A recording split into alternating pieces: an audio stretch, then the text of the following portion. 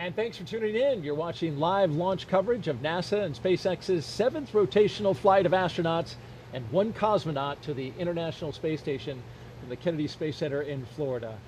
NASA astronaut Jessica Meir has been with us over the past 3 hours, talking about Crew-7 as they have prepared for launch. Also talked a lot about science and a phenomenal number of other fascinating topics. We really appreciate you being here. We're now closing in on T-minus 1 hour until liftoff, and your thoughts on how we've done so far? Things have been proceeding nominally, as we say in the space business. Things are looking good. The leak checks were good. Comm checks were good. The hatches closed. I think we're in good shape. And the weather, what did we say? A 95% favorable odds for weather. So looking good, and I'm feeling good about it tonight. What about you, Daryl? Oh, I am feeling fantastic, and it's good. We both got the positive vibes going. You mentioned the weather. It's nearly perfect. Liftoff time still holding for 3:27 a.m. Eastern time and 27 seconds if you're right down to the second. We're tracking no issues with the Falcon 9 or Dragon, as Jessica mentioned. The range is green. Weather, good to go. Over the past 3 hours, we want to review now what our crew's been doing, and there you see them. Jasmin Moghbeli, Andreas Mogensen, Satoshi Furukawa, and Konstantin Borisov. They have been getting ready to launch into space. Let's take a moment now to recap the overnight launch preparations. After waking up and having a meal, SpaceX helped the astronauts into their suits, as you can see right here, at the historic quarters suit-up room.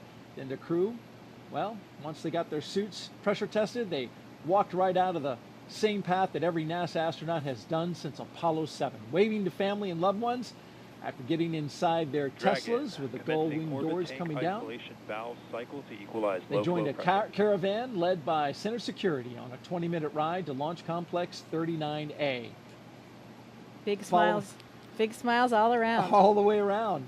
And then following their arrival to the pad, they got a look at their rocket, and in they went, walking across the crew access arm and right into their spacecraft. And those big smiles you mentioned, Jessica, we just saw them right there. Looks like the crew, they're good to go. They truly are contagious, those smiles. It is difficult not to be smiling and excited when you know you are about to leave the planet for the first time for some of these, for Jasmin and for Konstantin as well. Absolutely, and a lot of preparations have been brought to us at this point, including a dry dress. A lot of things have been going into this so to get everybody ready. Of course, we had a launch delay yesterday. We stood down for that attempt, but now we're good to go, and we expect to be launching at 3:27 and 27 seconds, our new T0. All systems good to go for launch. Now we want to have our Dragon team. SpaceX, you are go for Section 5. When ready, report go for launch.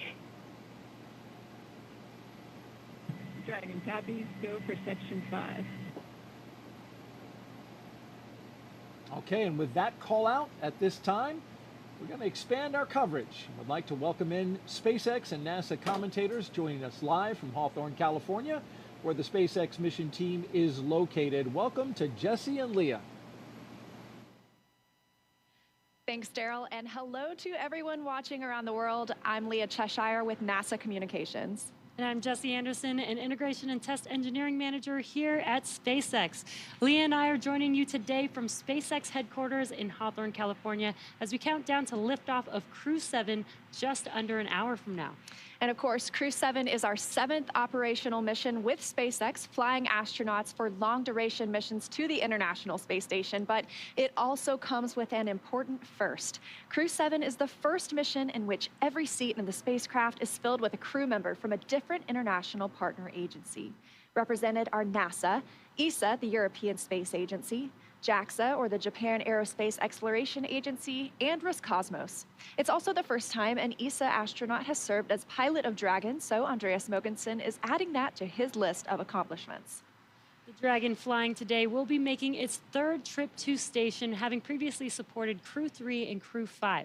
And much like on those missions, our teams will be staffed around the clock in mission control, which is just behind us, to monitor Dragon and the mission, not just today, but throughout the entire mission, from liftoff to Crew-7's arrival at the space station, all the way through splashdown when the astronauts return back home to Earth. On console or headset and mission control are 6 key SpaceX Our copies. 6 key Crew-7 is positions. go for launch.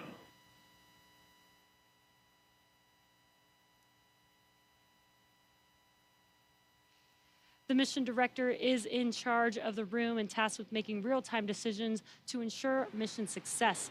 The person that you may hear talking to the astronauts, which we just heard a few seconds ago, is the Crew Operations and Resources Engineer, who you'll hear us refer to as the core throughout the broadcast. And the 4 additional team members are focused on vehicle systems, including avionics, navigation and control, software, propulsion, life support, and communication with ground support teams. Apart from Mission Control, our Falcon 9 team is currently located in the Launch and Landing Control Center at Hangar X. With less than an hour until launch, they are settling in for final checkouts, propellant loading, and for launch. And of course, NASA has its own team members at NASA's Mission Control Center in Houston, Texas, who have been preparing the International Space Station for Dragon's arrival. They recently gave their go for launch and confirmed the station is ready to receive Dragon and the new crew. Now, upon liftoff, today's flight to the space station will take almost 30 hours, with Dragon flying autonomously the entire way. And just like autopilot on a commercial aircraft, the crew always has the ability to take manual control of the spacecraft if needed. It continues to be a smooth countdown, and we're looking good for an on-time liftoff. Coming up at T-minus 45 minutes, the team will report their readiness for propellant load with a final go-no-go poll. In the meantime, NASA's Courtney Beasley is going to help us take a closer look at propellant load and launch go-no poll. Go-no-go poll is open at 55.80, procedure 1.160. Thanks, Jesse. I'm here in the International Space Station Flight Control Room in Mission Control, Houston. What we have our sights set on today is low Earth orbit, which you'll sometimes hear us refer to as LEO. This is classified as orbits around Earth that are 1,200 miles or lower. There are a lot of satellites in this orbit, including the Hubble telescope, and of course today's destination, the International Space Station. The space station's orbit averages at 260 miles above Earth, but varies based on its apogee or perigee, the highest and lowest points of its orbit. Being that the space station is 260 miles above Earth, crew members are too far away to make things out like cars, people, or buildings, but they can see other landmarks around the world, and the long camera lenses they use help them zoom in on familiar sights of our home planet. NASA astronaut Steve Bowen captured Cape Canaveral on Florida's Atlantic coast earlier this month, near Cape Canaveral Space Force Station and NASA's Kennedy Space Center, where Crew-7 is launching from today. The contrast of the colors between the Indian River and Atlantic Ocean become much more pronounced from space. And here's a beautiful nighttime shot of the city lights of Mecca in the desert valley of western Saudi Arabia, captured by NASA astronaut Woody Hoberg on July 26th.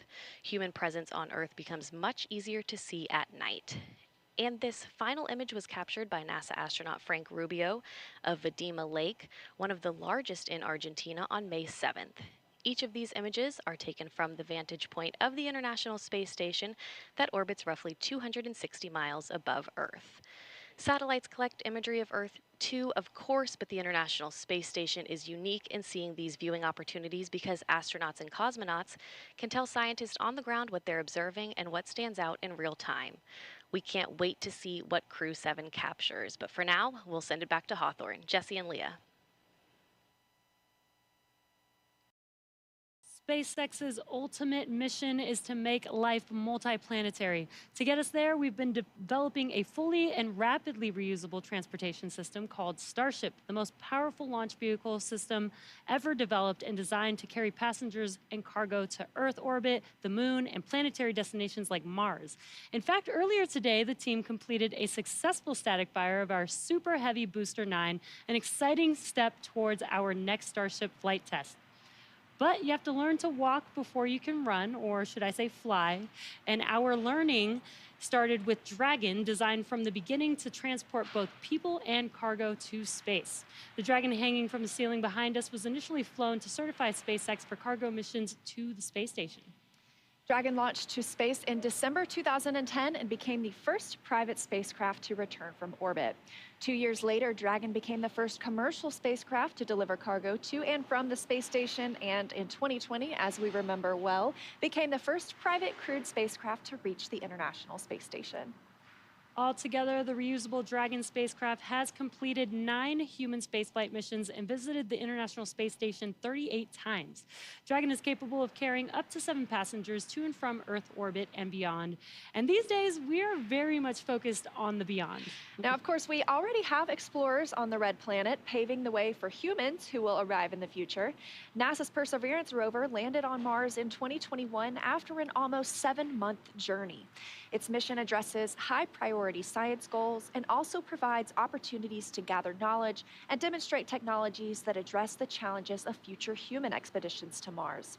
These include testing a method for producing oxygen from the Martian atmosphere, identifying other resources such as subsurface water, improving landing techniques, and characterizing weather, dust, and other potential environmental conditions that could affect future astronauts living and working on Mars. Now, of course, Perseverance also brought along another passenger named Ingenuity. This is the first helicopter ever flown on Mars. There's Ingenuity being deployed from Perseverance and those historic flights that we've seen so far. When the time comes for human explorers, they'll have to take everything with them for a surface mission. Building bases or even cities on Mars will require huge amounts of cargo and eventually crew. So we're designing Starship from the beginning to carry hundreds of tons of cargo into space and be able to be refueled in orbit.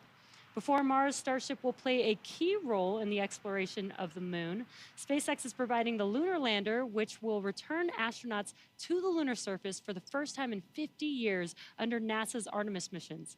With the ability to deliver cargo and people to the lunar surface, we'll be ready to help humanity build a sustainable presence on the moon and learn how to live off-world before the next step to Mars. Today, however, we are going a little closer to home, and the work we're doing on the space station also paves the way to Mars, but it takes place in low Earth orbit. As Courtney mentioned, the area includes any spacecraft that orbits at or less than 1,200 miles from our home planet. That's pretty close in comparison to our moon, which is almost 240,000 miles away and is referred to as deep space.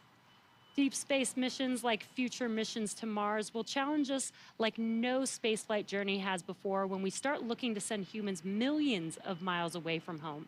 Long-duration missions on the space station, just like Crew-7, directly inform how we'll plan to support the first humans bound for the Red Planet on missions that could last months or even years. So we really look forward to those human missions to Mars. And right now we're paving the way with today's exciting mission, plus through Artemis launches to the moon. For now, I'll send it back to Daryl and Jessica at KSC. Thank you very much, Leah and Jesse. And to keep our astronauts safe while on missions to the moon and Mars, NASA is working to understand the long-term effects of living in space. Earlier, NASA's Jasmin Moghbeli caught up with NASA's Chief Deputy Science Officer for our Human Research Program. One of the investigations launching on Crew-7 is nicknamed CIPHER, and it will study the physiological and psychological changes in up to 30 astronauts.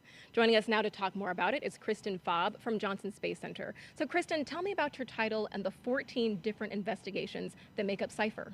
Yes, I am the Deputy Chief Scientist at the Human Research Program, and 14 research studies, all wrapped into one research complement called CIPHER. What we want to do is study the impact of microgravity on bone, exercise, vision, behavioral health, and not only as individual elements, but how they all interconnect together.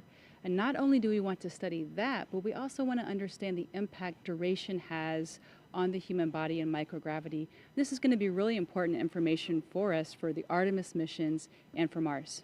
Right, Kristen, and on that note, we have been studying in low Earth orbit for over 20 years now. So how is CIPHER adding into that? Yes, 20 years, and we've learned a lot about the changes that happens in the human body in space. Plus, we also have learned a lot about the twin study that happened a few years back. So CIPHER is just a build on top of all of that knowledge that we've gained so far, plus all of the technology that we have today and data analysis. It's a great time to start CIPHER. It really is. And after the launch of Crew-7, how soon can we expect to get the data back from CIPHER?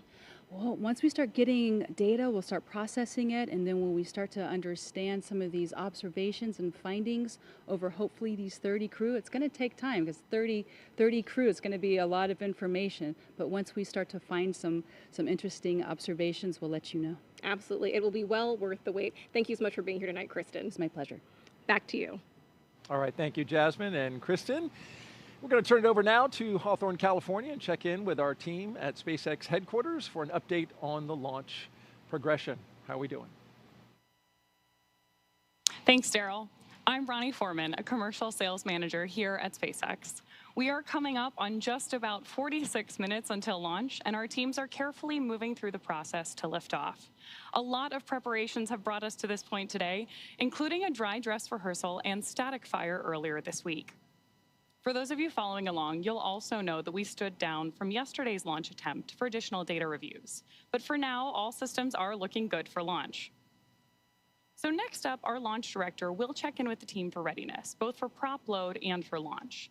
The 7 SpaceX responsible engineers, often called REs, indicate that they are go by voting electronically.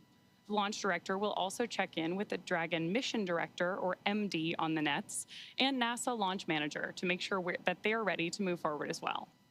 And as Jesse mentioned earlier, the Falcon and Dragon launch teams, as well as key NASA launch members, are in the Launch and Landing Control Center at Hangar X in Florida. On screen, you have that incredible view of the Dragon spacecraft with the crew access arm still in the service position. The crew right now is on board Dragon, waiting to get the green light to stow the crew arm for launch and arm the launch escape system. Great shot of our astronauts there. Once the launch director gives the go-ahead, we should get a good view of the access arm as it swings away from the capsule. The range continues to be go for launch, monitoring the clearance area surrounding our launch pad, as well as the air and sea space along the flight corridor.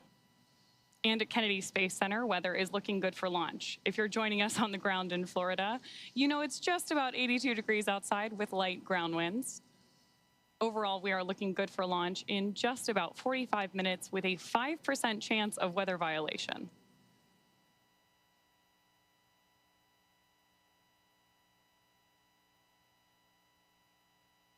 Right now, we are listening in for that readiness poll announcement and instructions to our launch team.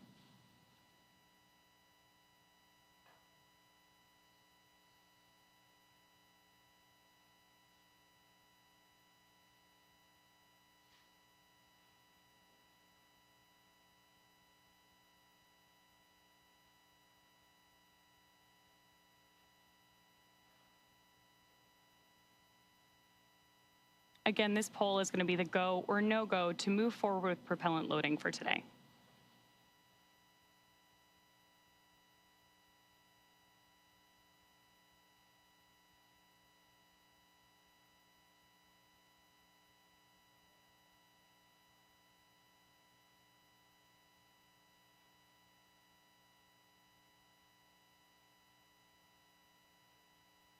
As soon as that briefing ends, we should see that crew access arm, which you can see lit up on your screen right now, immediately start to move away from the capsule when that stow procedure begins.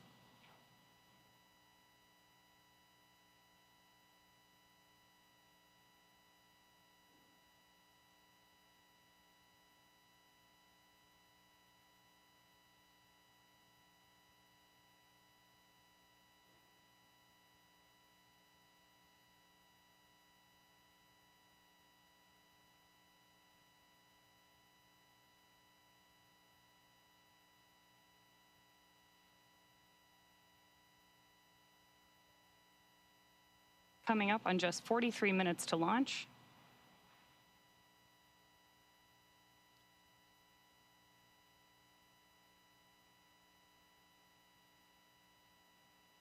Great nighttime views of our Falcon 9 and Crew-7 capsule there on the screen. SpaceX Dragon.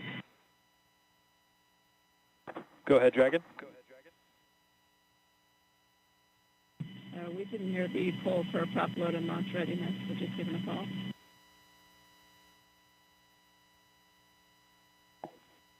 And sorry, Dragon, I just missed the last of your sentence there. Can you please repeat? Yeah, from Dragon, we just polling is hear complete. the poll for The joint NASA and SpaceX teams have polled go for LES arm, propellant load, and launch.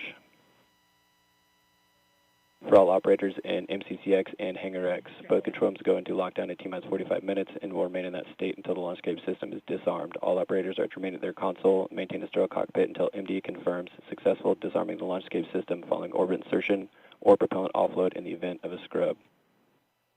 For non-urgent, no-go conditions, brief the CE or LD and they will approve aborting the countdown. For urgent issues affecting the safety of the operation, operators shall call hold on the countdown net. Launch control will abort the launch audio sequence immediately and proceed into launch abort. At T-minus 10 seconds, launch control will be hands-off and relying on automated abort criteria for the remainder of the count.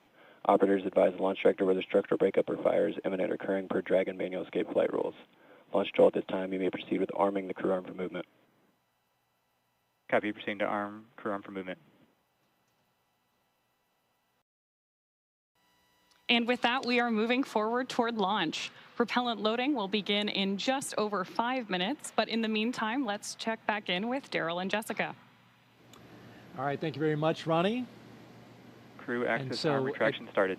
We now have crew access arm retraction. So if you look in your screen, you can see there the crew access arm moving away from the Dragon. Another great shot of it there, articulating away. It takes about 90 seconds to 2 minutes to move away, and this is a critical milestone, Jessica, as that arm moves away, because now that means if the astronauts needed to get off that rocket for whatever reason, they could either bring the arm back quickly, and it can move, as I understand it, a lot faster than it's moving now in the case of an emergency egress, or they would move forward and arm the launch escape system. That hasn't been armed yet. So this is the moving and stowing of the crew access arm so that we can clear that away from the rocket and get ready to lift off.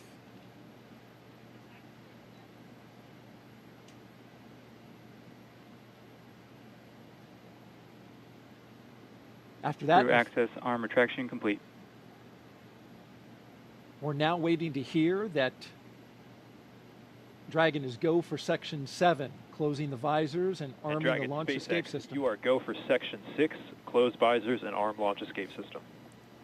Well, they changed the number, but it's the same. Dragon copies, go for Section 6, launch escape system arming. Same milestone. I hear from previous crews that this system arms the very loud thump, so they can actually hear that on board. Which makes sense. You've got those engines, those Super Dracos, which are Dragon visors closed, arming launch escape system. right there next to their heads, right? You know, because copy, your go. Right, and sounds like that was Jasmin saying she was ready to arm, and that command can be sent from either the ground or the crew, and the crew is sending that command now to arm that system. And that launch escape system is, of course, the system that will propel us away from the rocket, the crew capsule itself with the crew inside, in the event of any type of emergency with the rocket. And that is, of course, a system that we hope to never use, but it consists of 8 Super Draco thrusters on this Dragon vehicle that are used only for this abort. And we say we hope to never use it, we hope to not be in the situation, but we have had situations where we've had incredible in-flight tests. Unintentional, for example, there was the launch abort for the Soyuz for Nick Hague's first launch in 2018.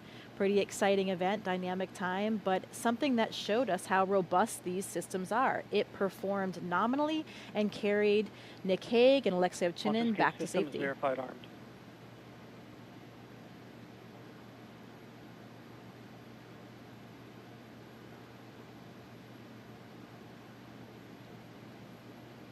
We've got the verification of the launch escape system now armed. You mentioned Nick Hague. As I understand it, he counts himself having gone to space twice. That's right, or at least 1.5. But this system is now active. They do that 2 minutes before loading of the prop, since that, of course, then does present a more risky situation with that prop on board, and it will stay armed all the way through orbital insertion.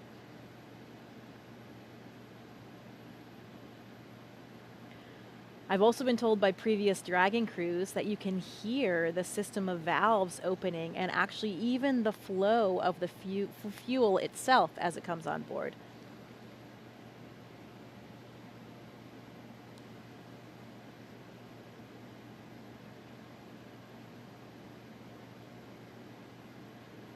The scenarios in which the launch escape system would be used. F9 tanks venting for prop load in 10 seconds. Expect loud venting. There they are warning them about that, exactly what you just mentioned. Giving them a heads up that they'll be hearing those sounds. Yeah, Victor Glover was telling me it's a very noticeable process. You can hear the opening and closing of the valves, and there are these low hums and kind of a fluttering sound as that super cold liquid oxygen and kerosene fill those large propellant tanks, first on the first stage and then on the second stage. Must be pretty exciting to be hearing those noises, knowing what that means and how much closer you're getting to liftoff. This is pretty unique in the launch industry, right? Where the astronauts are inside the Dragon, inside their spacecraft, as it's being loaded with propellants. That's correct.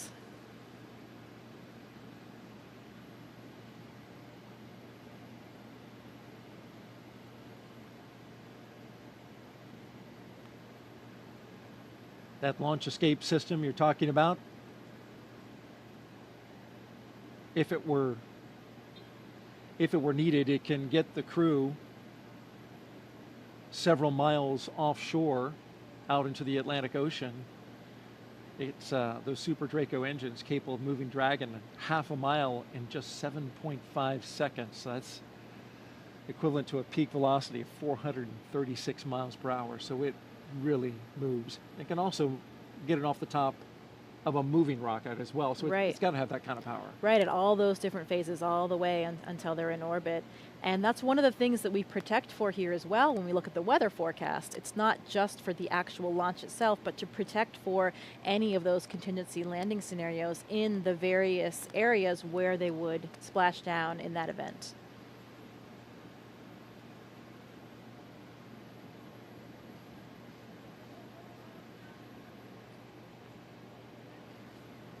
Propellant load has started.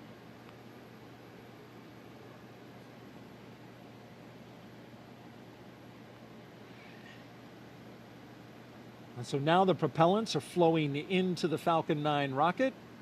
RP1, refined kerosene, and liquid oxygen, the oxidizer.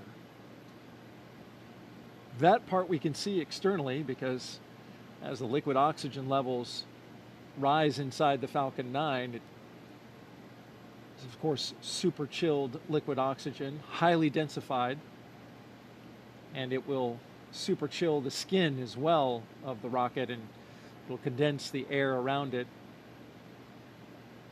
And there's been well over 200 Falcon 9 launches, so if you've seen one before, you're familiar with the sight.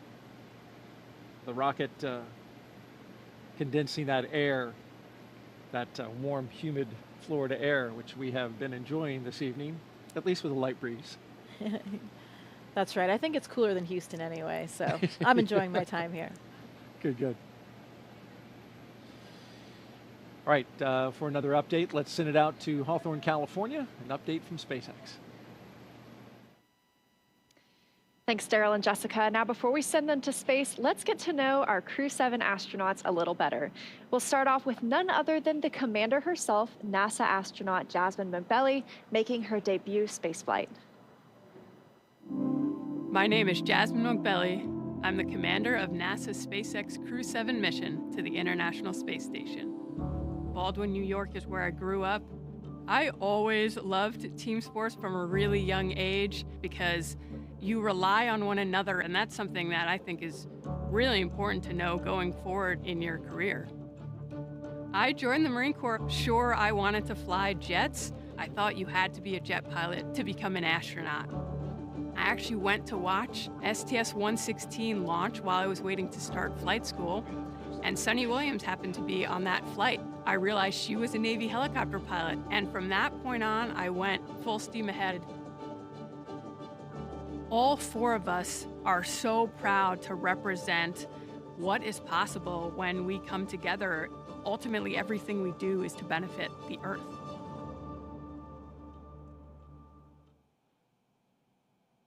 Right next to Jasmin in Dragon Endurance is Andreas Mogensen, today's pilot representing the European Space Agency and making his second trip to low Earth orbit. My name's Andreas Mogensen, and I'm the pilot of NASA's SpaceX Crew-7 mission to the International Space Station. I was born in Copenhagen, Denmark. In 2008, ESA were looking to select a new class of astronauts, and I applied together with about 8,500 Europeans. So I thought, there's just no way that I'll get selected. The chances of being selected are too small. But that changed when we were down to about 20 candidates. My first mission to the International Space Station was on a short 10-day mission. I had to hit the ground running as soon as I arrived on board, and as soon as I landed back on the Earth, I knew that I wanted to go back to the space station. I'm especially proud of the fact that our Crew-7 mission has 4 different astronauts from 4 different countries and 4 different agencies.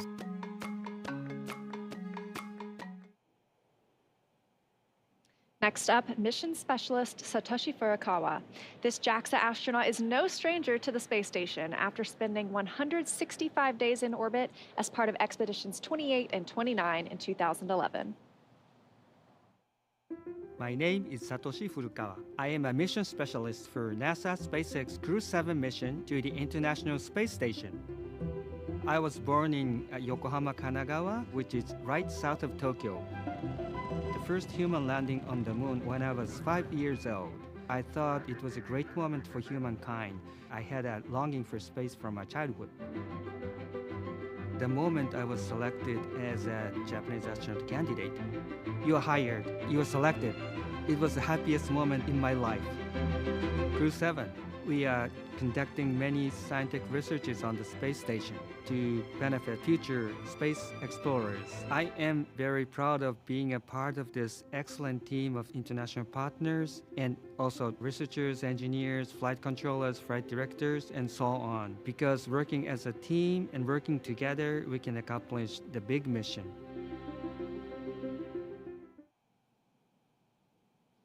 Rounding out our fully international crew is Roscosmos cosmonaut Konstantin Borisov. He was selected to the Cosmonaut Corps in 2018 and today marks his first flight to the orbiting laboratory. My name is Konstantin Borisov, and I'm a mission specialist for NASA's SpaceX Crew-7 mission to the International Space Station. For those who ask what spaceflight is, I would say that we have 3 big jobs on the space station. First job is experiments. Second job is take care of the station, doing the maintenance, repair what's broken, storing things, restoring things, cleaning up. And the third big topic is actually taking care of your body, because in weightlessness you cannot help but train. I think many people don't understand that technology advancement which we have had during the last 50 years mainly comes from space exploration. People get very comfortable with using their phone and have very fast computers, and space motivates us to create those advancements. I want to take part in it, and I want to put my small stone into this pavement which leads us to the new asteroids, to the new planets, and to the new systems.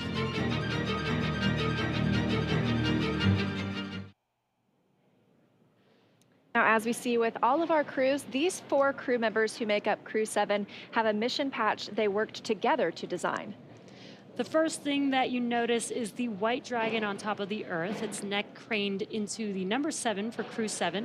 Its tail curves upwards towards a golden star, and they say that symbolizes our ascent towards the stars and the pioneering spirit needed to propel us further into space.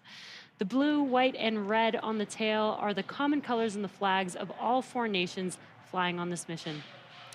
Now we are less than 30 minutes to launch, so let's check back in with Daryl and Jessica at KSC, where the countdown continues. All right, thank you very much. Everything going well with the countdown so far. A little over a mile and a half from the launch pad we're going from today, this morning, 39A, is 39B, where the mobile launcher is back out on the pad right now, going through testing for the Artemis 2 crewed mission to the moon late next year. Here's more about Artemis in our Moon Minute.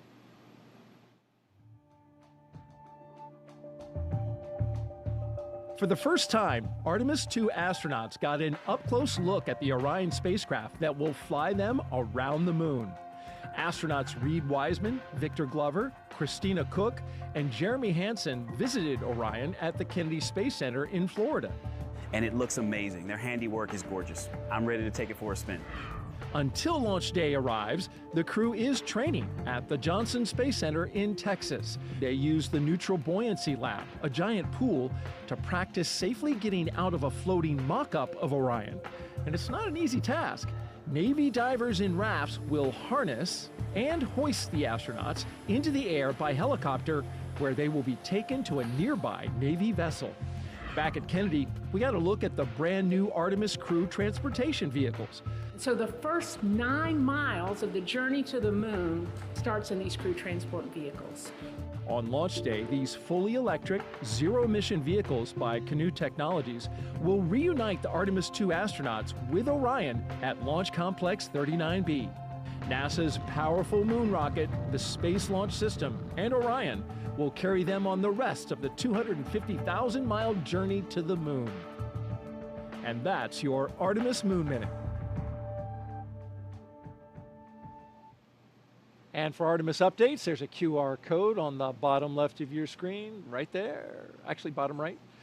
You can visit, you can use your cell phone to scan it, or you can visit the website at nasa.gov/Artemis2. Earlier this evening, our own NASA's Jasmin Hopkins caught up with NASA Administrator Bill Nelson, who is here watching the launch from SpaceX's firing room. Administrator Nelson, today marks a first for NASA, the first time in a single launch that each astronaut represents a different space agency. So we have NASA, ESA, JAXA, and Roscosmos. What do you make of this diverse crew? Well, it's a sign of our times. We are an international program. For example, we're going back to the moon in order to go to Mars. It's going to be an international mission that will launch with an international crew. So too, tonight's launch is entirely an international crew, save for the commander, Jasmin, an American astronaut. And so here we go. Now, isn't it interesting that what space does and our NASA program, it unifies us. It brings people together. And this is so true with what we're seeing tonight. Right, and Administrator, you recently visited South America, and later on this year you're planning to visit India as well. Why is it so important for NASA to foster these international partnerships? They are delighted, indeed, eager to learn more about NASA and to partner with NASA. And so that's what we find when we go to another country. It's usually the president that wants to see us. And for example, in this South American trip, we talked to the president of Brazil and Colombia about what NASA can provide in the way of information from our satellites to help them protect the Amazon rainforest from being destroyed, which is a high agenda item for those countries. Indeed, it's a high agenda item for the entire world. I'm going to India. India is one that we want to have a close relationship with. We've already been doing things such as science experiments with India. We've got a major science program going that will be Earth observing with India next January. But now we're going to train and fly an Indian astronaut. So it is happening as we speak, and the United States has been the beneficiary of it. Absolutely. Administrator Nelson, thank you so much. Back to you. As we continue to count down, let's take a closer look at the vehicles that will be taking Crew-7 to the International Space Station today. Starting from the very top of the vehicle is the Dragon spacecraft. In total, there are 16 Draco thrusters Dragon can use in space to help navigate the spacecraft to its destination, each providing 90 pounds of force. That doesn't include the 8 Super Draco thrusters used for an abort, which are no longer active once the crew is in orbit. And just wanted to note, one thing that we did miss just a moment ago was a call to the crew. There was a sensor issue that they are tracking. However, they are just continuing with the count, continuing to monitor it. And so we are continuing to discuss what we have in front of us, which is Dragon. Together, the Dragon spacecraft and its trunk stand over 26 feet tall. There are 2 windows on the spacecraft, plus 1 under the nose cone. The nose cone opens shortly after launch to expose the forward bulkhead thrusters and docking mechanism that will connect with the space station. Dragon's trunk holds solar cells, which power Dragon while it's in free flight. The trunk can also carry unpressurized cargo, and on some cargo resupply missions, we use Dragon's trunk to deliver the new solar arrays that are being installed on the space station. As always, Dragon will be delivered to orbit today by SpaceX's Falcon 9 rocket, which provides 1.7 million pounds of thrust on its first stage, thanks to its 9 Merlin M1D engines. Once the first and second stages separate, these engines are also used to help land the first stage. The first stage will perform 3 burns today as it makes its way back down to Earth. First is the boost back burn, where 3 of the M1D engines will reignite to help flip the first stage around to head back to the launch site. The second burn is the entry burn. That's where a single engine will reignite and shut down to help slow Falcon 9 down as it prepares to re-enter the Earth's atmosphere. And then finally, the landing burn. That'll be where 3 engines will slow down the rocket enough to perform a precision landing back down on landing zone 1. Meanwhile, the second stage continues to orbit, powered by 1 single Merlin vacuum engine with over 220,000 pounds of thrust. The second stage will secure Dragon's entry into low Earth orbit before separating, leaving Dragon to continue its journey to the space station on its own thrusters. About 40 seconds after separation, Dragon's nose cone deploy sequence will begin, exposing its guidance navigation controls that help Dragon autonomously fly to the space station. With T0 coming up in just about 20 minutes, our teams at the Cape in Hangar X are doing a series of system checks to ensure Dragon and Falcon 9 are ready.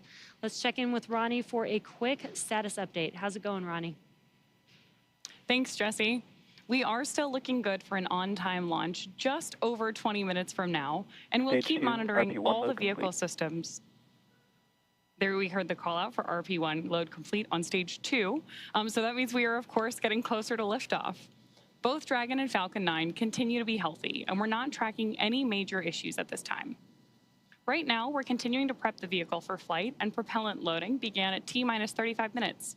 We also heard the call out a few minutes ago that the launch escape system is now armed. The range, which is monitoring keep-out zones and among other key flight requirements, also continues to report no issues, and they are go to support launch tonight. Weather also looks good, and we are still tracking just a 5% chance of violation at our T0 time. But as a reminder, today we have an instantaneous launch window, driven by the orbital mechanics constraints of 2 spacecraft meeting in orbit. Fun fact, the technical term for that meeting is called a rendezvous.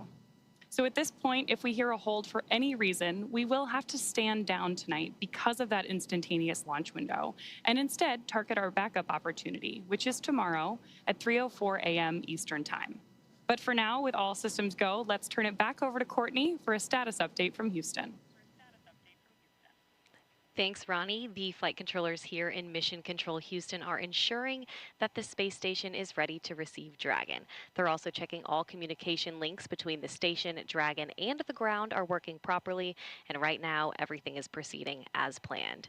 Teams here in Mission Control Houston, the team in Hawthorne, and the astronauts aboard the station will monitor the autonomous docking of Dragon tomorrow when they enter joint operations, which happens when the spacecraft enters the approach ellipsoid, which is an invisible boundary that helps us monitor spacecraft arriving and departing. After docking, the crews will perform a series of leak checks, then work to open the hatches both on the Dragon side and inside the station's pressurized mating adapter. We expect hatch opening to happen about an hour and a half after docking. Once on board, the astronauts will be greeted by the space station crew and will then join in for opening remarks for the new crew members. Here in Mission Control, Flight Director Chris Dobbins is on console overseeing the team for launch, and Flight Director Judd Freeling will be on console tomorrow for docking. That's it from here in Mission Control Houston. I'll toss it back to the team in Florida. Daryl, how's it looking? All right, thank you very much, Courtney. And if you just joined us, T-minus 17 minutes and counting from the 7th astronaut rotation mission to the International Space Station under NASA's Commercial Crew program. Commander Jasmin Moghbeli, pilot Andreas Mogensen, or Andy Mogensen, and mission specialists Satoshi Furukawa and Konstantin Borisov are strapped into their seats inside the Dragon Endurance. They're at the top of the rocket. Falcon 9 rocket fueling. That operation is well underway. Launch escape system is armed. Of course, that means Dragon is prepared to launch itself. SpaceX, stand by for an update on the sensor. Teams are still discussing and looking for our path forward. As you just heard there, SpaceX is Dragon copy. looking at a sensor issue.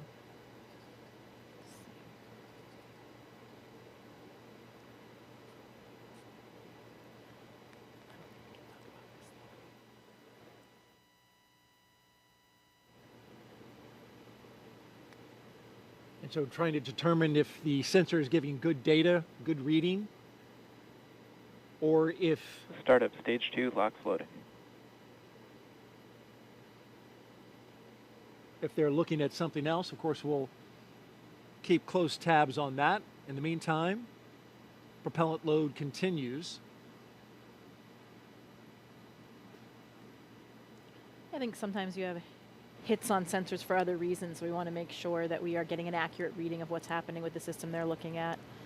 Probably trying to decide if it's a real signal or if it's a hit from some other reason. There's a lot of redundancy in the systems, as you mentioned, and those sensors have to make sure that the engineers understand exactly what they're looking at. So we'll, again, keep tabs. In the meantime, here's a little bit about Crew-7. Lieutenant Colonel Jasmin Moghbeli, a military helicopter test pilot. There she is. She hails from Long Island, New York. She's a mother to 2 twin girls, and she is the mission commander. This is pilot Andy Mogensen's second trip to space station. His first was as the flight engineer for the ESA IRIS mission in 2015. Mission specialist Satoshi Furukawa's interest in space began when he was 5 years old and he saw the Apollo 11 moon landing on TV. And mission specialist Konstantin Borisov was selected to be a cosmonaut in 2018, and this will be his first trip to space.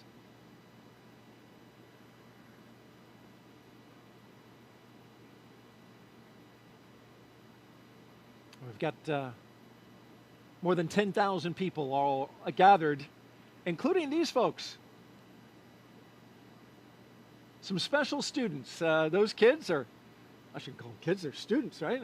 College students. They're part of the First Nations launch, and they're giving us a big wave from the Banana Creek viewing location. They're from the University of Washington, University of Colorado, and Queen's University. They're visiting as part of NASA's First Nations launch, an Artemis Student Challenge, where they design, build, and launch their own high-powered rockets. And those students that you saw there in the stands, they were the grand prize winners. So welcome and enjoy the launch. T-minus 14 minutes and counting. Awaiting Crew-7 are 7 crew members at their destination at the International Space Station. I caught up with 3 of them as they were zipping around the Earth.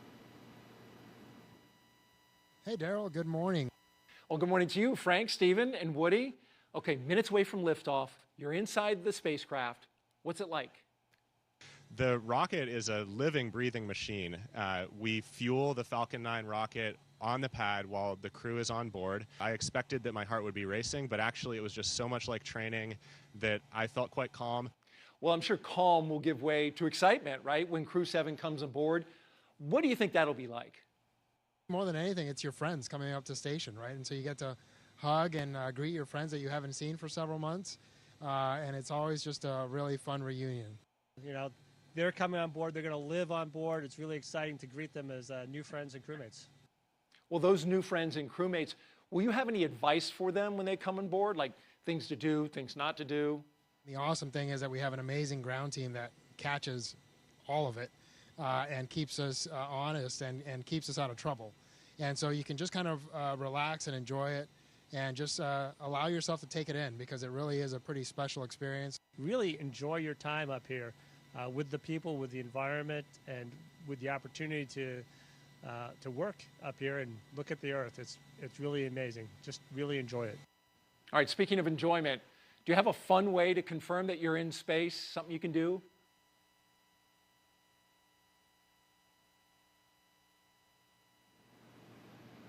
You want to give that move a score, Jessica?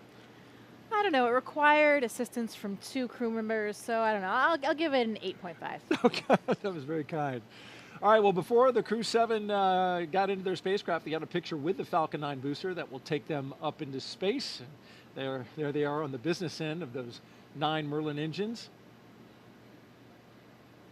Once we leave planet Earth, these fine folks at Johnson Space Center will take over. Dragon This is Mission SpaceX, Control. We are still continuing to assess that sensor and proceeding with the count. Okay, so as you heard, they're SpaceX Dragon copies, continuing with the count while the tubes assess. still working the sensor, but at the same time continuing to load the propellants on board Falcon.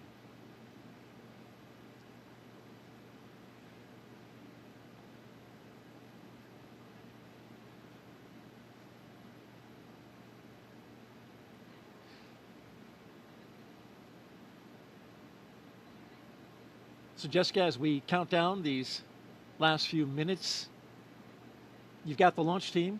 They're taking a look at a sensor and some of the readings there. At the same time, we're proceeding forward, and they're communicating with the astronauts inside. And so as we get down to these final minutes, any thoughts? This is an exciting time for the crew. You know, they're probably running through some checklists of their own right now. They may be pretty busy in there, going through those same things that they've done in their simulations so many times before. But I bet it's getting pretty real right now, and hearing those calls about the sensor probably raises a few questions as well, but I know the ground will keep them informed as we go. 10 minutes, it's getting very close. Indeed it is. And tracking everything are Leah and Ronnie at SpaceX headquarters in Hawthorne, California. Will take us through the rest of the count. Thanks, Daryl. Our next major countdown event will be at the T-minus 10-minute mark, so coming up here, And when the Dragon Falcon 9 SpaceX, launch stand by for display configuration. There we go ahead and have the Dragon astronauts are standing by for display configuration, which will let them know that we are even closer to liftoff. The launch commit criteria that we're waiting to hear that call out for are specific thresholds and pieces of information about the entire Falcon 9 system needed to make sure that the rocket is healthy. Of course, we do have many systems in place to ensure that the rocket and crew are both safe leading up to liftoff and during flight.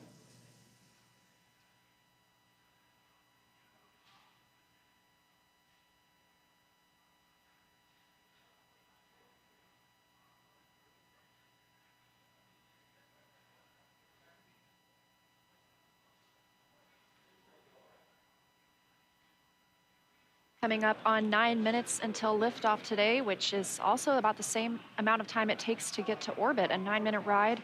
That's about the time we'll see second stage cutoff. A few minutes after that is when we'll see Crew Dragon separate from the second stage. And we'll be listening to some performance calls as we get into the final countdown, of course, and then after liftoff. On the ground, you'll hear SpaceX flight controllers reporting on trajectory, speed, booster performance, and other key milestones. But there are some other calls you'll hear the crew make also after liftoff. These are different abort zones. They come in the form of different number and letter combinations. And these are throughout the flight up the eastern seaboard. So the first two are 1A and 1B. They have that name because they're in the first stage. That lasts until they're up to the very north of North Carolina. And the next are 2A through 2E. Those come into play when the second stage is powering Dragon. That takes us from the top of North Carolina all the way to the tip of Newfoundland in the northern Atlantic. Now, a little bit different from the other naming system, you'll hear the call Shannon, which refers to Shannon, Ireland, meaning they would target off the coast of Ireland if they were later in that second stage and needed to abort. You'll hear those different calls throughout the flight uphill, along with key performance callouts from the guidance, navigation, and control officer, as well as the propulsion lead.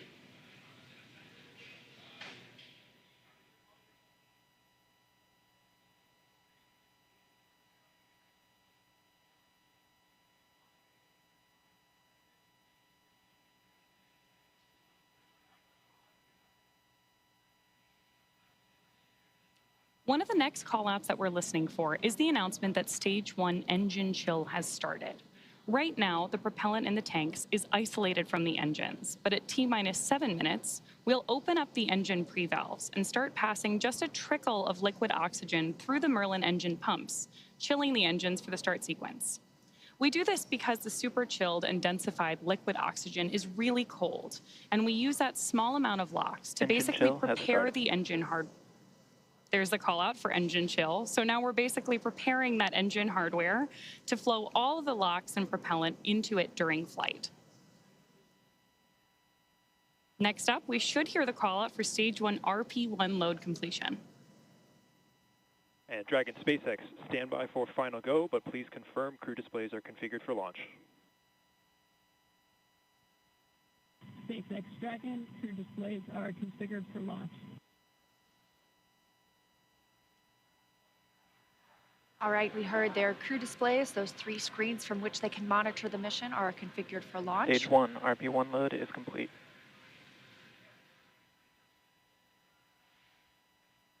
In confirmation that RP1, the densified kerosene or the rocket fuel that propels the crew into orbit, loading is complete on the first stage. We did hear the second stage was completed a short time ago as well. Now T-minus 6 minutes until launch. We are still loading liquid oxygen on the first and second stages. This is the oxidizer we need to combine with the densified kerosene that just finished loading. Coming up, we will hear the call for Dragon to configure for terminal count and then transition to internal power at about 5 minutes until launch. Then we'll hear the propellant tanks on Falcon 9 are getting ready to pressurize, adding some additional rigidity and structural support as we get ready for the strong back to retract. It'll move just a couple of degrees at first, and then we'll see it swing open completely at the moment of liftoff. That strong back provides access to Falcon 9's fueling lines and umbilicals for the prop load and the different gases being loaded on board. So we're continuing to check through a couple of more fueling milestones, including one around the 2-minute mark, where we will hear that the liquid oxygen is finished on board the second stage.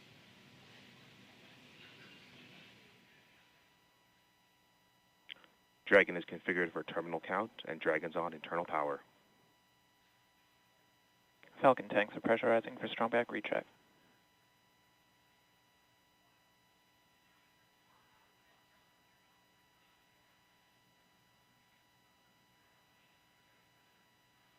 So there we heard the call out that we are preparing for strong back retract. And as Leah just mentioned, the strong back is that white truss structure that you see on the left side of Falcon 9. Got a better shot of it right there.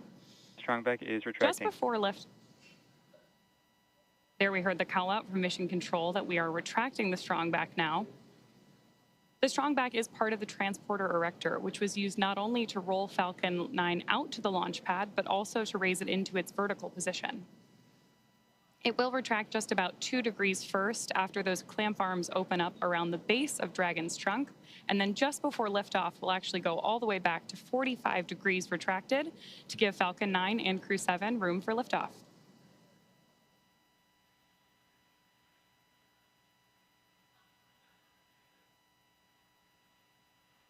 Now under 4 minutes until launch. Next up, we're looking for the first stage liquid oxygen loading to finish at T-minus 3 minutes. You're starting to see some white clouds on your screen. That is vapor, it's normal. We'll continue to see that build up as we get closer to launch. Obviously, this liquid oxygen that we're loading is super chilled, so a little bit of that will boil off in the hot Florida air.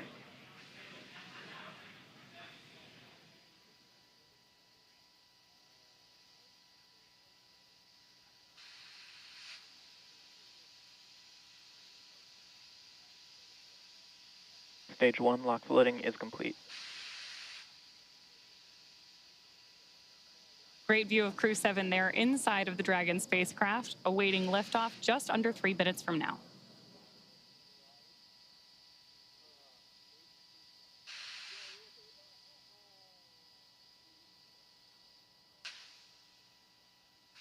Dragon is in terminal count.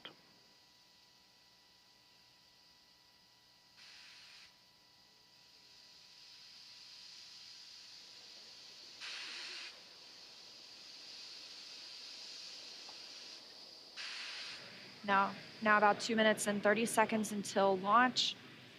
Next milestone, we're looking up for stage 2 LOX load to complete. Additionally, shortly after that, we'll hear gas closeout begin, isolating the feed lines from the different gas systems for the Falcon 9 rocket. Those will get vented overboard through the umbilicals and the strong back itself.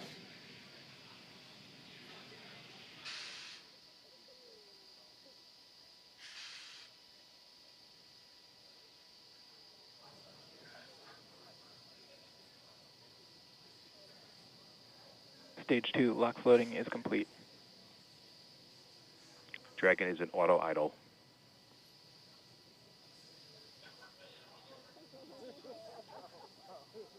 Confirmation that stage 2 LOX load is complete. Dragon and Falcon 9 fully fueled. Gas closeout has started. Expect loud venting. There's the gas closeout call that we expected.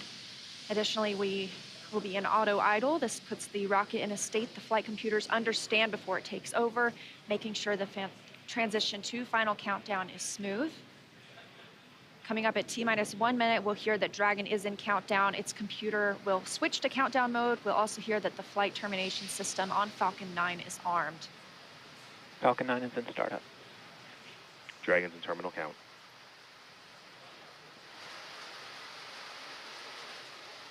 Dragon's flight computer in countdown and configured for launch, and the flight termination system now armed. Less than a minute until liftoff today. Dragon, SpaceX, this flight termination go for system. launch.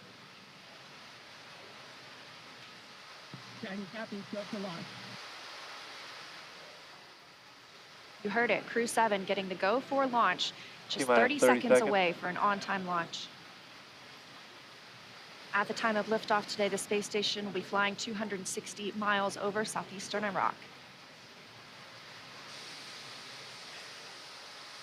T-minus 15. T-minus 10, 9, 8, 7, 6, 5, 4, 3, 2, 1. Engine full power, and liftoff. Go Falcon, go Dragon, go Crew-7. Endurance ascends, an international Copy, crew 1 destined Alpha. for the International Space Station. Stage 1 That's propulsion is 1.7 nominal. million. Good calls from the propulsion officers here. Propulsion's nominal. 1.7 million pounds of thrust on Falcon 9, taking Crew-7 to the International Space Station, now traveling almost 300 miles per hour.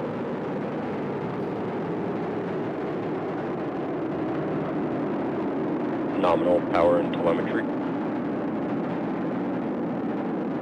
We are just about T Stage 1 plus throttle down. 45 seconds into the 7th rotational crew mission on board Dragon and Falcon 9, and right now the vehicle is throttling down to help us pass through the period of maximum dynamic pressure.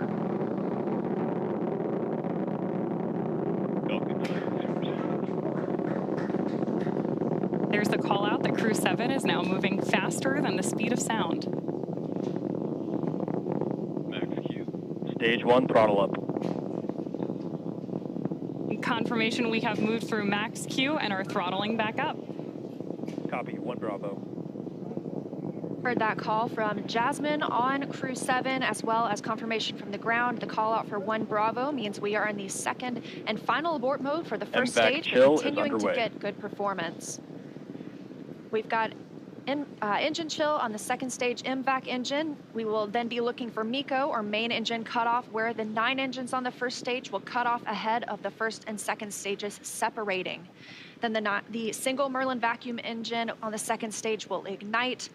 We are now coming up on 2 minutes into the flight, the spacecraft traveling over 2,000 miles per hour.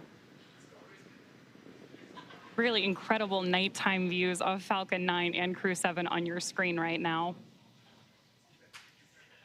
So as Leah just mentioned, we are keeping an eye on a couple of critical flight milestones coming up back to back here. Stage 1 throttle Those down. are going to be MECO, so main engine cutoff now that we're throttling down stage 1, followed by stage separation and second stage ignition. Main engine cutoff. Stage separation confirmed. Copy, 2 Alpha. MVAC ignition.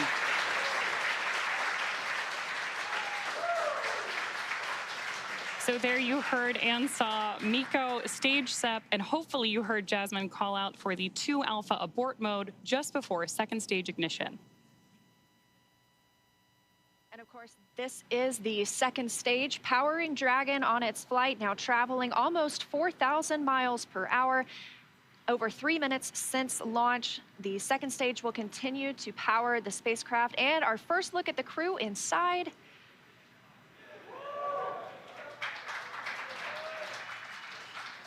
We'll be standing by for SECO. That's the next major milestone for this second stage engine. That comes shortly before 9 minutes into the flight, so we've still got some time on this engine. So right now, while Crew-7 makes its way to orbit, our first stage booster is making its way back to land. So you may hear the call-outs here on the net shortly that we are in the middle of our boost back burn.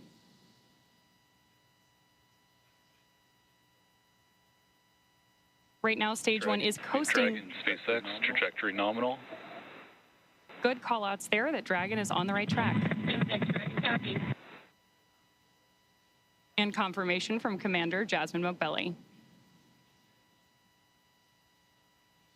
Continuing to see good performance on this lone Merlin vacuum engine on the stage. Also, as we've heard, nominal trajectory. That's the guidance, navigation, and control officer here at SpaceX stating that we are on the correct path. Dragon's pointed in the right direction.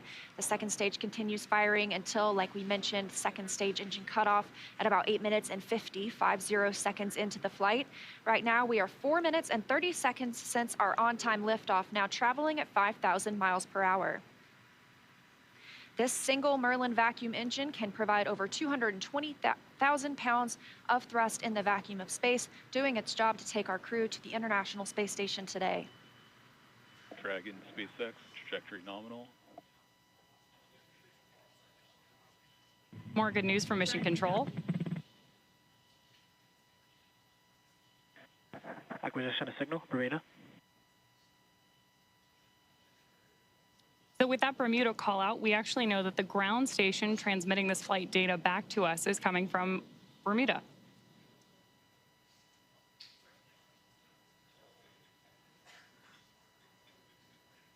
The crew is currently pulling a little more than 1 G as the second stage engine continues to propel their flight. Continuing to hear good calls to the crew, now 5 minutes and 30 seconds into the flight, traveling at 6,400 miles per hour. Again, we will continue to see the second stage fire for about 3 more minutes. Shortly after second stage engine cutoff, we will see it separate from Dragon, which will continue its journey.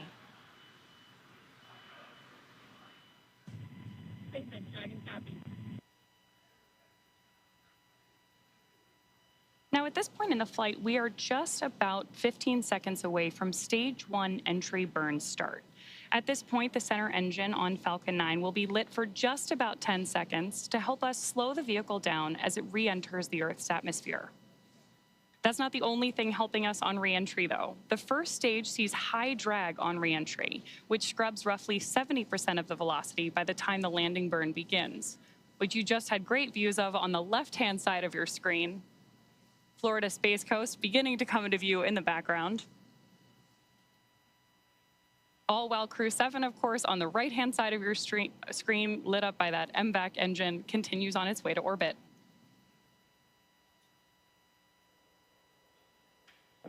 And we are now coming up on continuing to get good calls as we reach almost 7 minutes into the flight. Crew traveling at 9,400 miles per hour. Again, we still have about 1 minute, 45 seconds left with the second stage propelling the crew. And of course, we are also expecting that landing burn start from Falcon 9 any second now. Great views.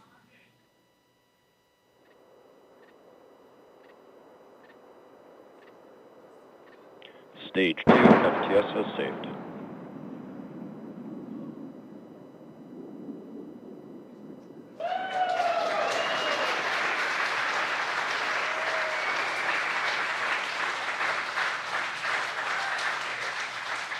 Great news there that Stage 1 has successfully landed back at Landing Zone 1 in Florida.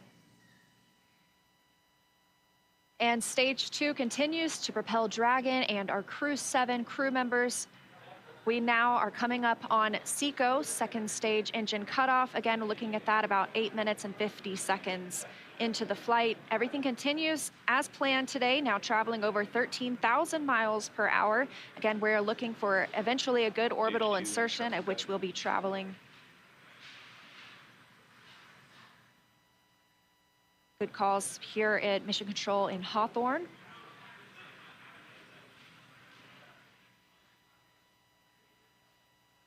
And we are standing by for second stage engine cutoff. Copy, Shannon.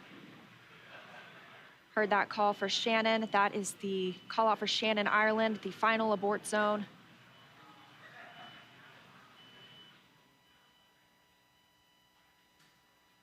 MVAC shutdown. There's audio confirmation, and you can see on your screen that we have had successful second engine cutoff 1 of our MVAC engine. Dragon SpaceX nominal orbit insertion. Dragon. And good news there that Crew-7. Nominal orbital insertion. Dragon SpaceX launch Awesome to hear. Disarmed.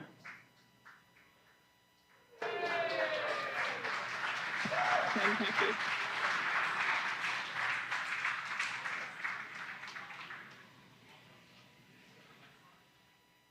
That's the first look at the crew, now in microgravity, confirmation of a good Earth orbit insertion.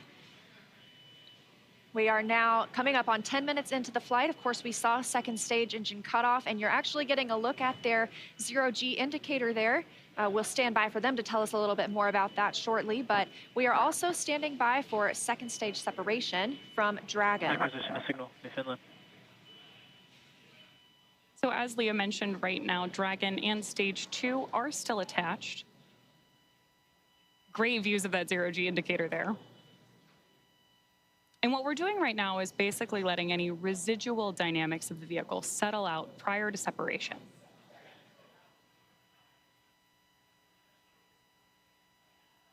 We are expecting that separation event in probably about 90 seconds. Crew looks like they're having a great time up in space, too. And as we stand by for that separation, shortly thereafter, we'll be looking for the nose cone to begin deploying. That command will be sent, and we'll see it open shortly after.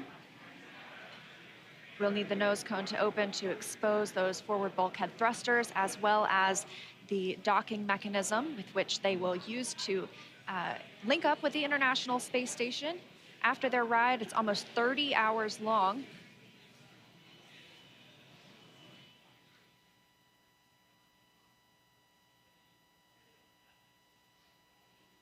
Again, we had liftoff right on time today at 3:27 a.m. Eastern Time. The crew making a smooth journey into orbit. It's now been 11 minutes, 20 seconds since that liftoff. We had confirmation of good orbital insertion, and we are standing by for second stage separation from Dragon.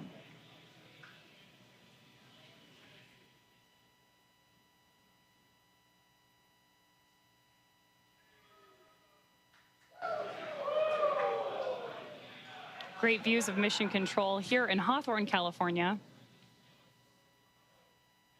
And the SpaceX team standing in the background, standing by for Dragon separation.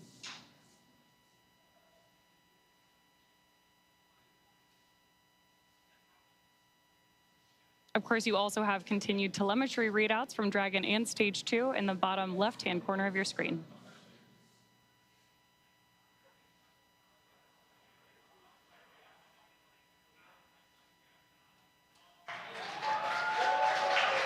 Dragon separation confirmed. Crew-7, on behalf of the Falcon team, I'd like to welcome you to orbit, and we hope you enjoyed the ride on Falcon 9. Space travel is difficult, even though you make it look easy, so thank you for trusting us to get you up there. It's not a bad way to spend a day in the office. Stand by for words from the launch director. Hello, Crew-7. This is Launch Director here on Countdown. On behalf of the entire SpaceX Launch and Recovery team, I'm honored to welcome Dragon's first ever all-international crew to orbit. Счастливого пути, Gotor, Iterashai. Godspeed, Crew-7. Cheers. SpaceX, thanks for the ride. It was awesome. On behalf of Andy, Satoshi, Toshi, and I, we'd like to thank the multitude of people who've led us to this unique moment. We may have 4 crew members on board from 4 different nations, Denmark, Japan, Russia, and the USA, but we're a united team with a common mission. We hope the work we do serves to benefit our beautiful home planet and those on it. As you said, human spaceflight requires an unparalleled level of vigilance and rigor, and we thank all those who prepared not only us, but also this truly impressive spacecraft for flight. Finally, to our families, carry the greater burden of our choice to explore. Thank you. Go Crew-7. Awesome ride. Really incredibly moving words from Commander Jasmin Moghbeli now that she and her international team are up in space. That is going to end our coverage from Hawthorne until we pick back up with our docking coverage, like Leah mentioned, just about 30 hours from now. But for now, I'm going to hand it back over to Daryl and Jessica at Kennedy Space Center to wrap up our launch coverage tonight. All right, thank you very much, and great job. And Jessica, what a launch.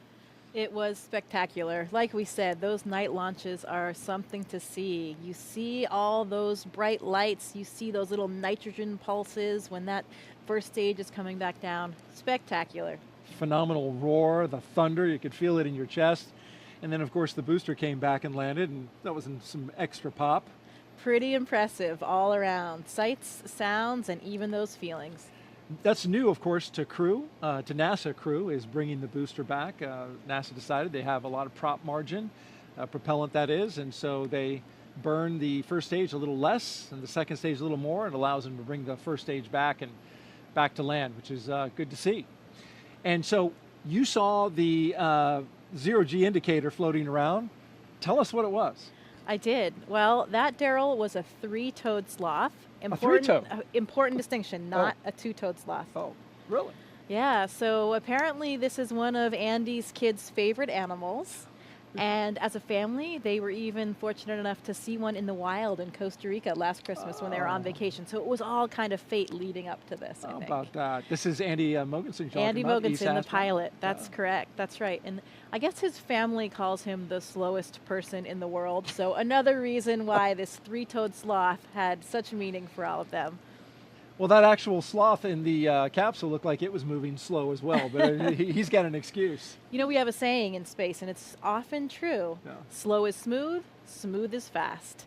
And when you rush too much, especially in space, doing a spacewalk or anything that you're doing, you get in trouble. So slow is smooth, and smooth is fast. Wise words from our veteran space flyer, Jessica Muir, sorry. It's early.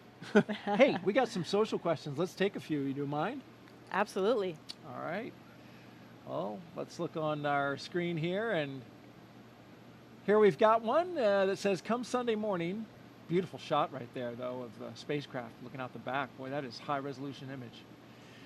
Come Sunday morning, Earth Eastern Time, what are the first few tasks the crew will do, and how will they best acclimate and get dialed into their mission? Well, when we wake up in the morning on board the space station, we open up our computer and we have a plan that lays out our entire schedule for the day, whether it's scientific experiments, hardware, maintenance, whatever it is that you need to get done. I know what this crew will be doing. One of the first things they do, of course, is a safety briefing.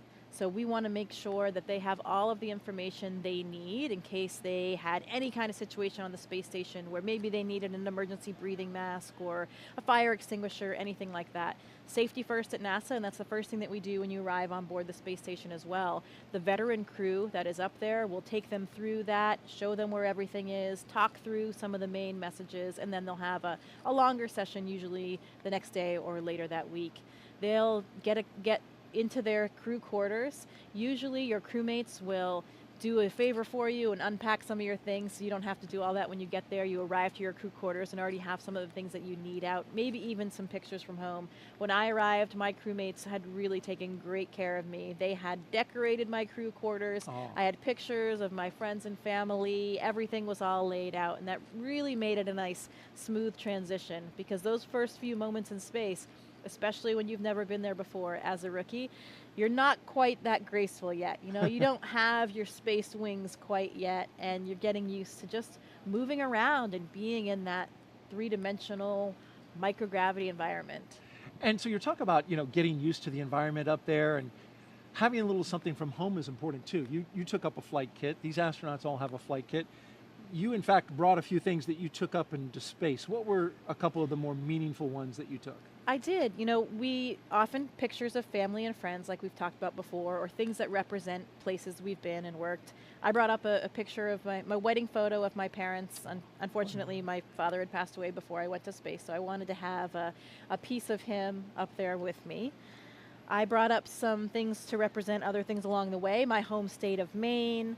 I had a university flag with me from my undergraduate university. Yeah. Sometimes we bring up presents for each other because we're up there for birthdays or holidays. Drew Morgan, my crewmate, brought us these harmonicas. Nice harmonica. And briefly, let's look at the screen here. We can see that the nose cone is deploying, and we have confirmation of it deploying.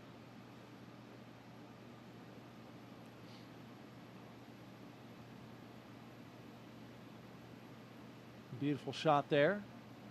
Of course, the nose cone has to deploy in order for Dragon to connect up to the International Space Station. And once this clears out of the way, it is quite a view. Depending on where Earth is in relation.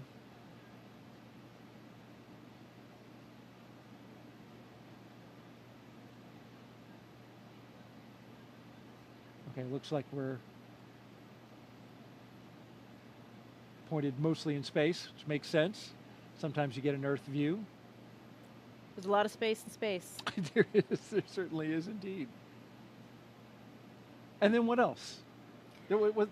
Oh, you got something special. My one item that I brought that was my personal kind of selfish item that wasn't for anybody else was my panda. This is Pandemonium. Oh, I've had him since I was 5 years old. Pandemonium. So he made his way to space with me as well, and we saw a lot of stuffed animals floating with these zero-G indicators. We saw that three-toed sloth, but Pandemonium was up there floating in all of his glory as well. And, you know, these are all just things that remind us of home and really help us share the mission with everybody back home. All of these places and things that have meant something to us along the way, because we did not get there alone. We got there with the support of so many people that helped us. And this mission is for everyone. It's really for all of humankind. So hopefully they can all share in. Absolutely. And thank you for sharing your flight kit with us. This is especially, I mean, this is a 40-year-old tour. 41 now, yeah. He's been around the block. He just said he wants to go back to space. He does want to go, but we all want to go back to space. So hopefully he'll have another opportunity. We just got confirmation that nose cone is fully deployed. And so Dragon is on its way to the International Space Station.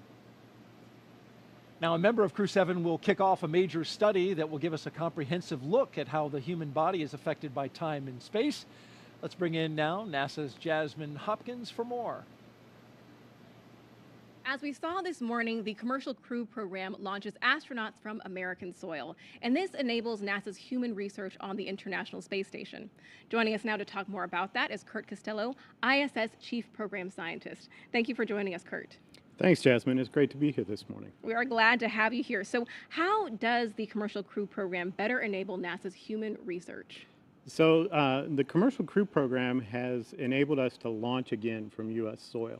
And what that means is a lot of our sensitive science that needs to be loaded within the last few hours before we launch can now be quickly transported from our labs here at KSC to the vehicle on the launch pad.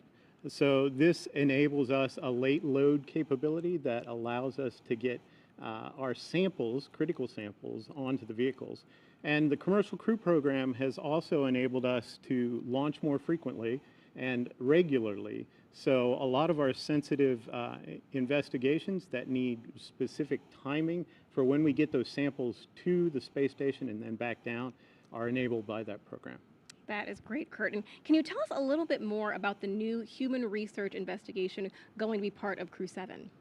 Sure. I think you're referring to CIPHER, and CIPHER is not just one investigation, but 14 in one.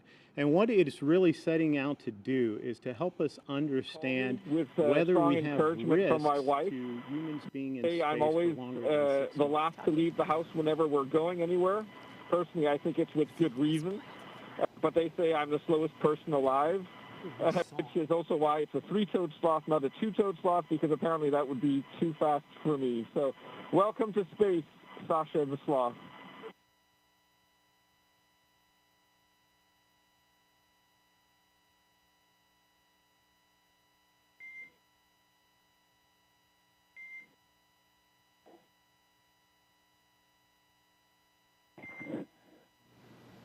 And Dragon, we appreciate the introduction to your zero-G indicator and noting that that is probably officially now the fastest sloth ever.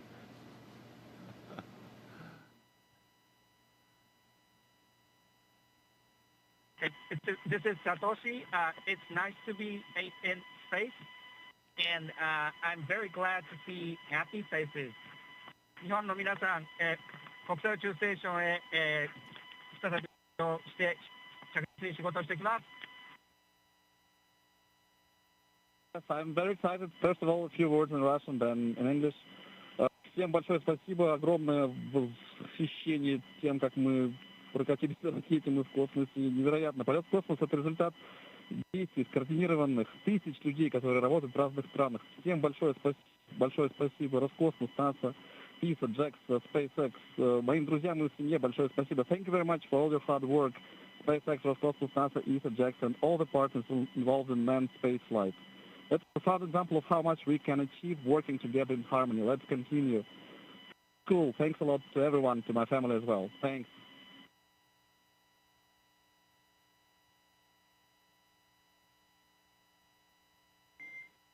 SpaceX copies all. Thank you for the kind words.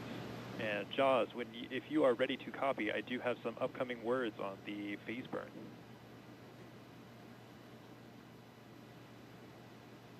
Expect a level signal. Good, Hilly. Dragon is ready to copy.